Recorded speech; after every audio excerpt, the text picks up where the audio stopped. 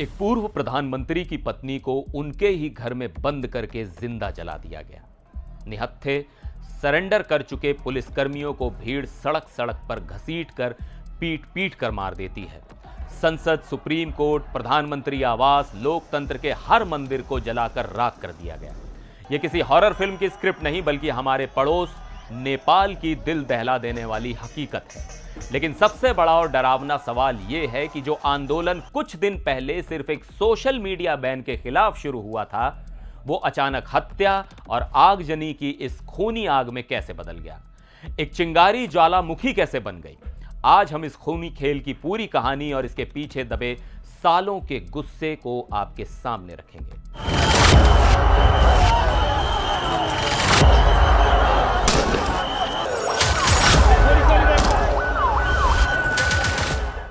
चलिए पहले देखते हैं कि यह आंदोलन कितना भयानक रूप ले चुका है। काठमांडू में प्रदर्शनकारियों की एक हिंसक भीड़ नेपाल के पूर्व प्रधानमंत्री झालानाथ खनाल के घर में घुस गई और कथित तौर पर घर को आग लगाने से पहले उनकी पत्नी को अंदर ही बंद कर दिया। उन्हें गंभीर रूप से जली हुई हालत में अस्पताल ले जाया गया, लेकिन उनकी जान नहीं बचाई जा सकी। ठीक इसी तरह काठमांडू के कोटेश्वर इलाके में 3 निहत्थे पुलिस अधिकारियों ने जब सरेंडर कर दिया तो भीड़ ने उन्हें सड़क पर घसीटा और पीट पीट कर मार डाला। ये सिर्फ 2 घटनाएं नहीं हैं, ये इस बात का सबूत है कि नेपाल में अब कानून का राज खत्म हो चुका है। अब आते हैं उस सवाल पर कि नेपाल यहां तक पहुंचा कैसे।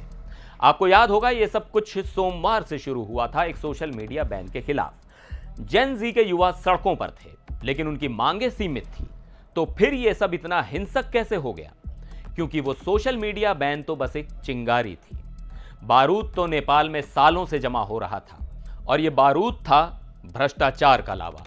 सालों का भ्रष्टाचार, नेताओं की ऐशो आराम की जिंदगी और हैशटैग नेपो बेबी कल्चर ने आम युवाओं के मन में एक लावा तैयार कर रखा था। दबा हुआ गुस्सा, बेरोजगारी, गरीबी और बेहतर भविष्य की कोई उम्मीद ना होने का गुस्सा सालों से अंदर ही अंदर सुलग रहा था।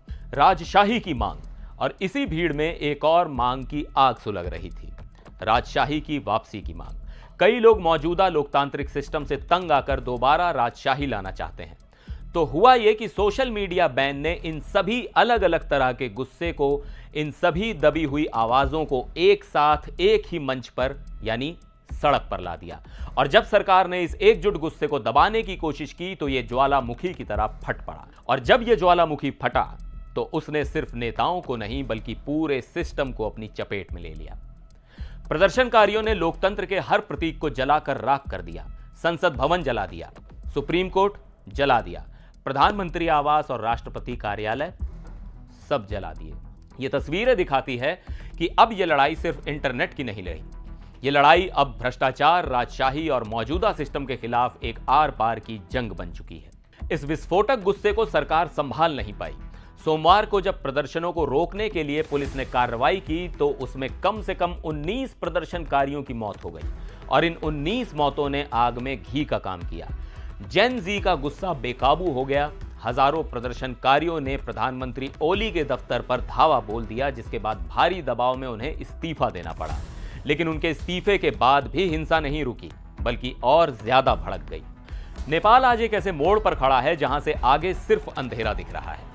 एक आंदोलन जो डिजिटल आजादी की एक छोटी सी चिंगारी से शुरू हुआ था, वो आज भ्रष्टाचार, राजशाही की मांग और सालों से दबे गुस्से की वजह से गृह युद्ध की आग में बदल चुका है। जब भीड़ नेताओं की पत्नियों को जिंदा जलाने लगे और लोकतंत्र के मंदिरों को राख करने लगे तो उसे क्रांति नहीं, अराजकता कहते हैं। सबसे बड़ा सवाल यही है कि अब नेपाल का क्या होगा? आपकी इस पर क्या राय है? क्या जेन जी के इस आंदोलन ने अपना रास्ता खो दिया है? नीचे कमेंट्स में हमें जरूर बताइएगा। फिर मिलेंगे एक और वीडियो में, तब तक के लिए नमस्कार।